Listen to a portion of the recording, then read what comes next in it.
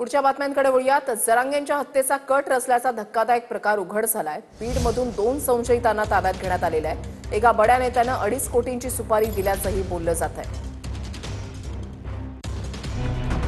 मराठा आरक्षणाचे नेते जरांगे पाटलांच्या हत्येचा कट रचल्याचा धक्कादायक प्रकार समोर आलाय। गंभीर म्हणजे जरांगेंच्या हत्येसाठी पकडलेल्या दोन्ही संशयित आरोपींनी एका बड्या राजकीय नेत्याचंही नाव घेतल्याची माहिती पोलीस सूत्रांनी दिली आहे। जरांगे पाटलांच्या सहकाऱ्यांच्या तक्रारीनंतर जालना पोलिसांनी बीड जिल्ह्यात एक कारवाई केली।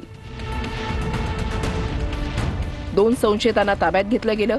पोलीस तपासातून जे समोर आलंय तो तपशीलही अतिशय धक्कादायक आहे। बीड शहरामध्ये काही दिवसांपूर्वी गुप्त बैठका झाल्या। याच बैठकीत जरांगेंच्या हत्येचा कट शिजला। जरांगेंच्या हत्येसाठी 2.5 कोटींची सुपारी ही बैठकीमध्ये ठरली। नेमकं त्याच बैठकीमध्ये जरांगे पाटलांच्या ओळखीमधील काही जण उपस्थित होते।